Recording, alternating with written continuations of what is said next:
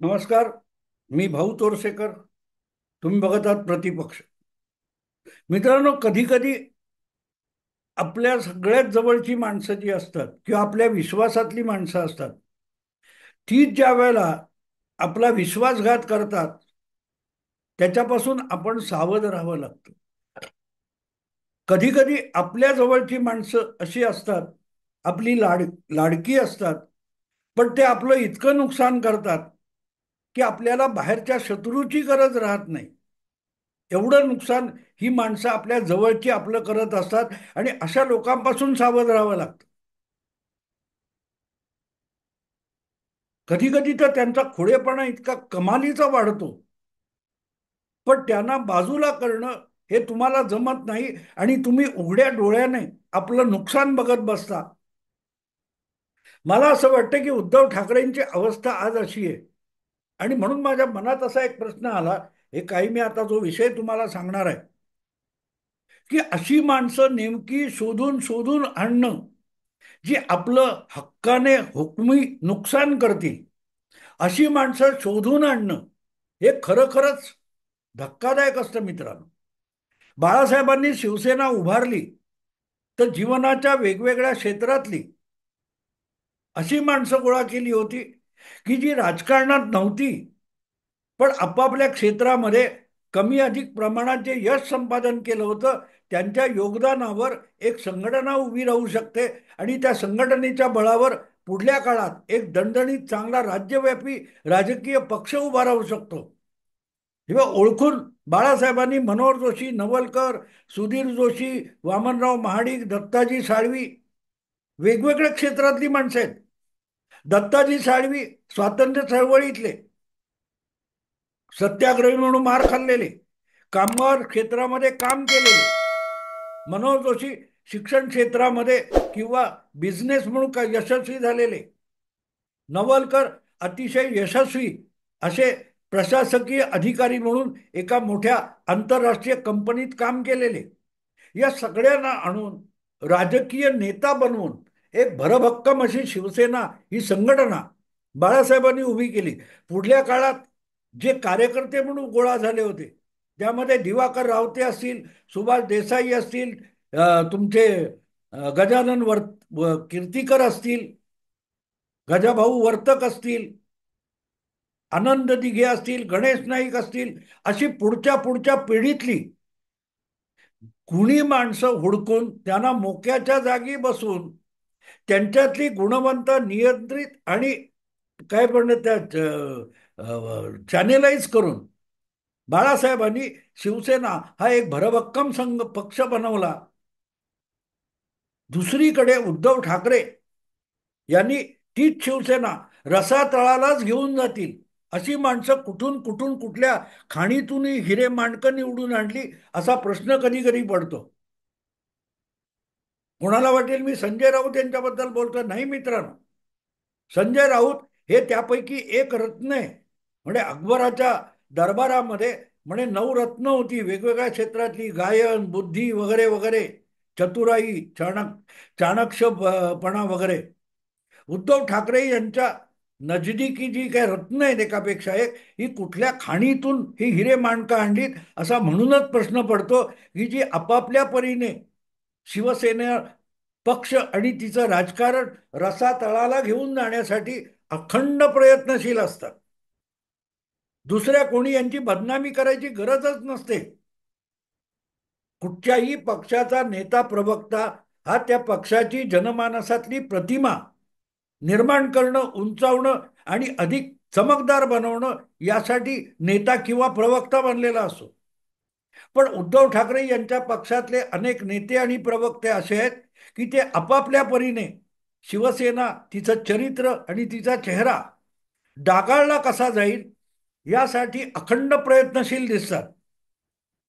अर्थात इथले जे काही लोक आहेत, संजय राऊत असतील, तुमचे अनिल परब असतील, अनिल देसाई असतील, ही निदान ओळखीचे चेहरे तरी आहेत. पण उद्धव ठाकरे मुख्यमंत्री झाल्यानंतर शिवसेनेत येणाऱ्या नवनव्या लोकांचं जे पेव फुटलं, त्यामधून अनेक शिवसेनेचे नेते प्रवक्ते जे पुढे आलेत, हे आम्हाला तरी माहिती नाही, कधी शिवसेना म्हणून आम्ही बघितले. प्रियंका चतुर्वेदी या काँग्रेसच्या प्रवक्त्या म्हणून गेल्या 8-10 वर्षामध्ये अनेक राष्ट्रीय वाहिन्यांवर आणि झळकलेल्या होत्या.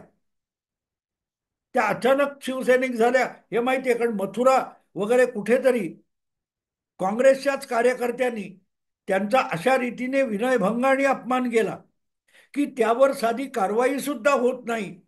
म्हणून प्रियंका चतुर्वेदी यांनी काँग्रेस पक्ष सोडला होता आणि बघता बघता त्या एक दिवस मातोश्रीवर पोहोचल्या, हाताला शिवबंधन बांधलं आणि राज्यसभेच्या खासदार पण होऊन गेल्या. कदाचित त्यांना पण हे सगळं स्वप्नवत वाटत असेल, पण झाल्या. त्या काय काय बोलतात, त्यांच्यावर काय काय आरोप होतात, हा विषय वेगळा आहे. एकदा कुठच्या तरी वाहिनीवर डिबेटमध्ये भाग घेताना प्रियंका चतुर्वेदी नशेत धुंद होत्या असा आरोप झाला आणि सोशल मीडियात त्याच्यावर नको तितकी चर्चा झाली. त्यातून शिवसेनेची किंवा उभाठा शिवसेनेची प्रतिमा किती उंचावली देव जाणे. पण असेच लोक उद्धव ठाकरे कुठून निवडून आणतात की ज्यांच्यामुळे शिवसेनेची प्रतिमा उंचावण्यापेक्षा अधिकाधिक डागाळत जाईल. अशीच गुणवत्ता किंवा असे जे काय चाळे ज्यांच्याकडे आहेत, ही माणसं निवडण्याची उद्धव ठाकरेंची क्षमता म्हणूनच अद्भुत आहे असं म्हणावं लागतं. आज मी हा विषय सांगतोय कारण अलीकडल्या काळात वेगवेगळे एक कोण किशोर तिवारी नावाचे एक प्रवक्ते आहेत. ते वेगवेगळ्या हिंदी चॅनेलवर, मराठी चॅनेलवर, इंग्लिश चॅनेलवर इतके अकलेचे तारे तोडत असतात की शिवसेना उबाठा या पक्षाची वेगवेगळ्या चॅनेलवर खिल्ली उडवण्यासाठीच किशोर तिवारी यांना ह्या चॅनेलवर बोलवलं जातं की उरलेल्या इतर पक्षांच्या, मित्र पक्ष असोत शत्रू पक्ष असोत, त्या इतर पक्षांच्या प्रवक्त्यांकडून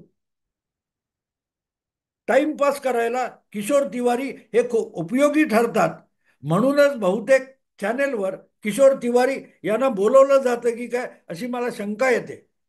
इथे काही त्यातलं सांगायची गरज नाही. ज्यांना हौस असेल त्यांनी सोशल मीडिया थोडा चाळला तरी किशोर तिवारी हे किती महान कॉमेडी किंग आहेत हे सांगायला नको.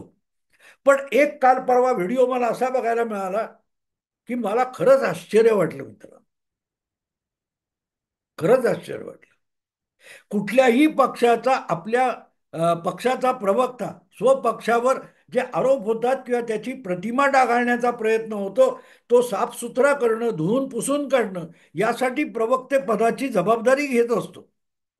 पण उबाठा शिवसेनेचा एक असा प्रवक्ता माझ्या बघण्यात आला, ऐकण्यात आला की मी थक्क झालो आणि कोणीही ऐकेल तो थक्कच होणार. त्याचं नाव आहे संजय गुप्ता. आता हा माणूस कधी शिवसेनेत आला आणि शिवसेनेची भूमिका ठामपणे मांडण्या इतकं यांनी शिवसेनेचा कुठला अभ्यास कधी केला हे मला माहिती नाही. पण एका कुठच्या तरी पॉडकास्टमध्ये त्याने ज्या प्रकारची वक्तव्य केली आहेत ती उद्धव ठाकरे, ठाकरे परिवार आणि उबाठा शिवसेना या सगळ्यांच्या चारित्र्याला डाग फासणारी, काळीमा फासणारी आहे. म्हणजे दुसऱ्या कोणी असे आरोप केले असते तर उबाठा शिवसेनेचा प्रवक्ता म्हणून ते साफसूफ करणं, स्वच्छ करणं हे काम संजय गुप्ता यांनी शिवसेना उबाठाचा प्रवक्ता म्हणून करायला पाहिजे होते. पण दुर्दैव असं की समोर कुठलाही प्रवक्ता नव्हता. कुठल्या तरी एका पॉडकास्टचा जो अँकर होता, संपादक होता, तो मुलाखत घेतोय आणि त्यामध्ये हा संजय गुप्ता नावाचा उबाठाचा प्रवक्ता शिवसेनेची अब्रू अक्षरशः धिंडवडे काढल्यासारखी लक्तर करून वेशीवर टांगतोय. शिवसेना बुडवली कोणी, तर जी काही 3-4 नावं त्यांनी सांगितली त्यामध्ये त्या प्रियंका चतुर्वेदी यांचं नाव आहे. चतुर्वेदी वगैरेंनी हे बुडवलं. त्या अर्थातच ती मुलाखत घेणाऱ्या संपादकाने त्यांना विचारलं की मग तुम्ही ही गोष्ट पक्षप्रमुखांच्या नजरेत का आणून देत नाही. तर तो प्रवक्ता म्हणतो की आमची पक्षप्रमुख अशी भेटच होऊ शकत नाही, पण आम्ही ज्यांच्या विरुद्ध तक्रार करणार त्या तक्रारी कितीही केल्या किंवा कितीही पोचवण्याचा प्रयत्न केला तरी त्याच्याकडे दुर्लक्ष होतो. कारण प्रियंका चतुर्वेदी यांची पहुच बेडरूम पर्यंत आहे. मित्रांनो, बेडरूम हा शब्द, बेडरूम पर्यंत पोहोच या शब्दाचा अर्थ सभ्य होत नाही मित्रांनो, सुसंस्कृत होत नाही. किचन पर्यंत म्हणतात, स्वयंपाकघरापर्यंत, चुलीपर्यंत. याचा अर्थ एखाद्या कुटुंबाशी तुमची किती जवळीक आहे हे दाखवण्यासाठी तुमची धाव चुलीपर्यंत आहे असं म्हटलं जातं. तुमची पहुच चुलीपर्यंत आहे म्हणजे त्या नेत्याच्या कुटुंबापर्यंत, त्याच्या पत्नीपर्यंत तुम्ही विश्वास संपादन केलाय असा अर्थ लावला जातो. हे किचन कॅबिनेटचे आहेत. किचन कॅबिनेटचे आहेत याचा अर्थ अगदी परिवाराचा एक घटक आहे असा चांगला अर्थ काढता येतो.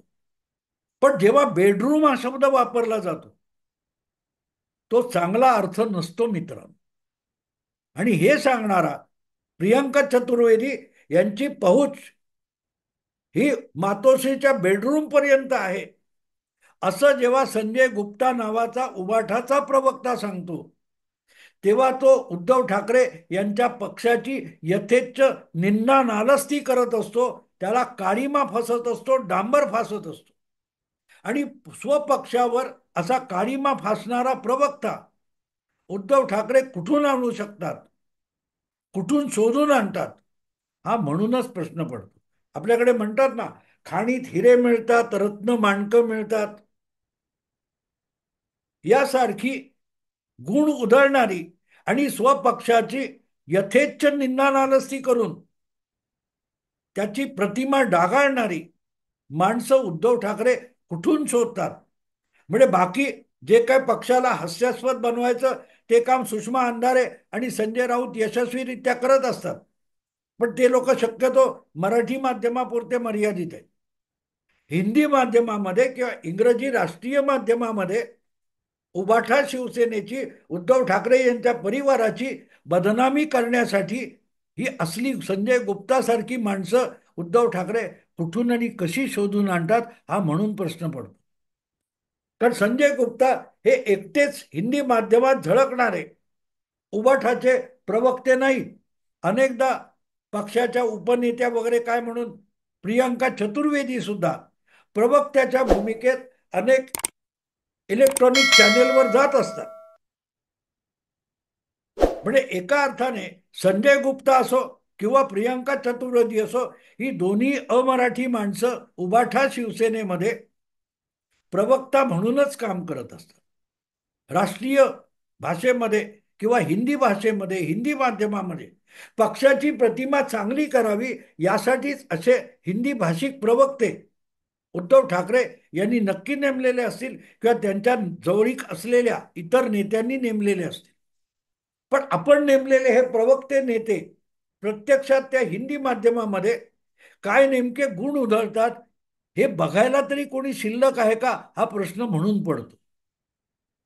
कारण नाही तर तुमच्याकडून काय ते अधिकार पत्र घ्यायचं नेता प्रवक्ता म्हणून, आणि ज्या कामासाठी तुम्हाला नेमलेलं आहे किंवा ओळखपत्र दिलेलं आहे तुम्ही त्याच्या नेमकं उलटं वागून पक्षाला फार बेअब्रू करून टाकायची, पक्षाची अब्रू धुळीस मिळून टाकायचं, असं जर कोणी नेता प्रवक्ता वागत असेल तर त्याच्यावर कारवाई करणं हे पक्ष नेतृत्वाचं किंवा पक्षाच्या इतर नेत्यांचं काम आहे. नेतृत्वाला हा सगळ्या गोष्टीत बघायला वेळ असेलच असं नाही. पण निदान पक्षाचे इतर नेते आहेत, उबाठा शिवसेनेचे जे इतर नेते आहेत किंवा उद्धव ठाकरे यांच्या अतिशय जवळचे मानले जाणारे नेते आहेत, त्यांनी अशा गोष्टी होत असतील तर त्या उद्धव ठाकरेंच्या नजरेला आणून दिल्या पाहिजे. पण हे आपण खाजगीत बोलत नाही. शक्यतो अशा गोष्टी बेडरूम पर्यंत कोणाची कुठच्या महिला नेत्याची पोच आहे असं जेव्हा संजय गुप्ता म्हणतात तेव्हा अशा गोष्टी बोलल्या जात नाही असं नाही. सगळ्या पक्षामध्ये आतमध्ये असलेले नेते गुपचूप अशी कुजबूज माध्यमांपर्यंत किंवा शत्रू पक्षांपर्यंत जाणीवपूर्वक पोचवत असतात. कुठल्याही पक्षामध्ये, राजकीय पक्षामध्ये नेत्यांमध्ये जो संघर्ष चालतो, असूया चालते किंवा एक दुसऱ्याला बदनाम करण्यासाठी अशा स्वरूपाच्या अफवा सुद्धा पिकवल्या जातात, कंड्या पिकवल्या जातात. पण उघडपणे आपल्यावर बालंट येऊ नये, उद्या पक्षाचा वरवंटा आपल्यावर फिरू नये म्हणून अशीच कुजबूज पसरवणारी जी माणसं असतात ती जाहीररित्या बोलत नाहीत, कुठल्या ना कुठल्या सूत्रांकडून या गोष्टी सोडून देत असतात. पण इथे तसं झालेलं नाही. संजय गुप्ता नावाचा उबाटा शिवसेनेचा प्रवक्ता हा राजरोसपणे एका युट्यूब चॅनेलला मुलाखत देतोय आणि आपल्या वरिष्ठ नेतृत्व कसं चांगलं आहे हे गुणगान करताना सुद्धा त्या वरिष्ठ नेतृत्वापर्यंत आपली पोहोच नाहीये आणि ज्यांची पोहोच आहे तेच पक्षाला बुडवत आहेत. म्हणजे प्रियंका चतुर्वेदी या आपल्या पक्षाला बुडवत आहेत ही तक्रार संजय गुप्ता त्या व्हिडिओमध्ये करतो. आणि प्रियंका चतुर्वेदी या महिला नेत्या असूनही त्यांची पहुच बेडरूम पर्यंत आहे हा जो शब्द त्याने वापरलाय हा अत्यंत खटकणार आहे. आणि दरम्यान याच विषयावर सध्या दावोसच्या निमित्ताने चर्चा सुरू आहे मराठी माध्यमामध्ये. मराठी माध्यम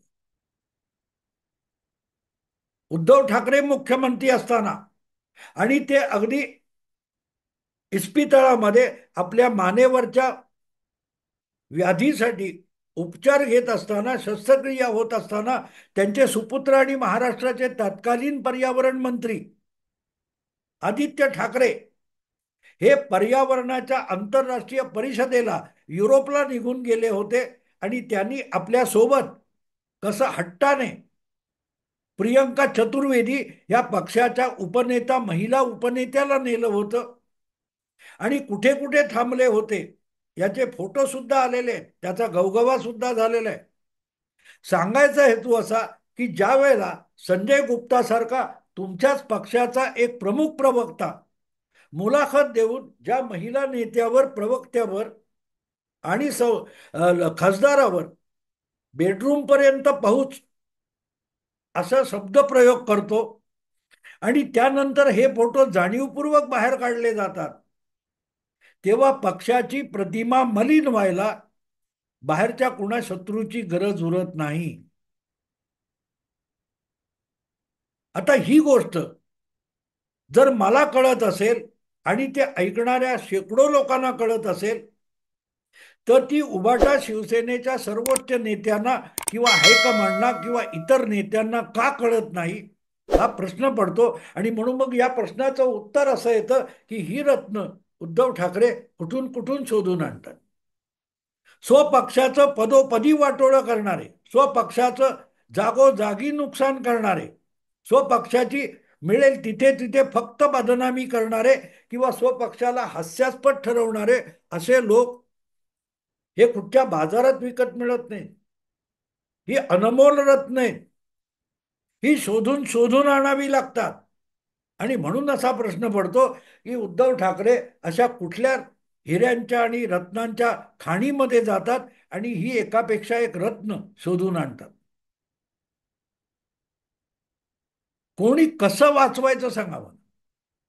कितीही माध्यमांना सुपाऱ्या दिल्या आणि उद्धव ठाकरे आणि आदित्य ठाकरे आणि यांनी आपली प्रतिमा उजळ करण्यासाठी माध्यमावर कितीही खर्च केला तरी तो सगळा मातीमोल करून टाकण्याची क्षमता असलेले तुमचे जे प्रवक्ते आहेत त्यामध्ये हे एक नवीन पात्र सापडलं ज्याचं नाव संजय गुप्ता आहे. आणि मग त्यांना दोष देण्यापेक्षा त्यांची ही खासियत जी आहे स्वपक्षाचं नुकसान करण्याची त्यांची जी गुणवत्ता आहे त्यांना रत्न म्हणावं लागतं. आणि ही हिरे माणकर रत्न उद्धव ठाकरे कुठून शोधून आणतात असा प्रश्न पडतो. मित्रांनो, किती गलिच्छ आरोप स्वपक्षाच्या नेत्यावर आणि सर्वोच्च नेत्यावर आणि त्याच्या राजकारणावर उबाटा शिवसेनेचा प्रवक्ता करतो तेव्हा त्याच्यावर टीका तरी काय करायची असा प्रश्न आमच्यासारख्यांना पडतो. अजब आहे मित्रांनो, अजब. नाहीतरी ते जुन्या काळातलं गाणं आहे ना, उद्धवा अजब तुझे सरकार, जुलमी राजा प्रजा आंधळी अधांतरी दरबार. तो हा सगळा सत्ता गेली सगळं गेलं पण दरबार अधांतरी आहे. कोणाचा पायपोस कोणाच्या पायात नाही. प्रवक्ते काय बोलतात नेत्यांना माहित नाही, आणि नेते काय करतात प्रवक्त्यांना माहित नाही. पक्षाची भूमिका कार्यकर्त्यांना माहित नाही, आणि प्रवक्ते जी भूमिका मांडतात ती कार्यकर्त्यांना समजत नाही. ही सगळी अनमोल रत्न उद्धवराव कुठून शोधून आणतात? एकदा त्याचा खुलासा करा, म्हणजे बाकीच्या पक्षांना सावध होता येईल, किंवा असली रत्न मांडकं त्या त्या पक्षांना तरी मिळणार नाहीत, मिळवता येणार नाहीत, आणि ते पक्ष सुरक्षित राहतील. असो मित्रांनो, आता इथेच थांबतो. आवडलं लाईक करा, शेअर करा, आणि प्रतिपक्षाला सबस्क्राईब करा. नमस्कार.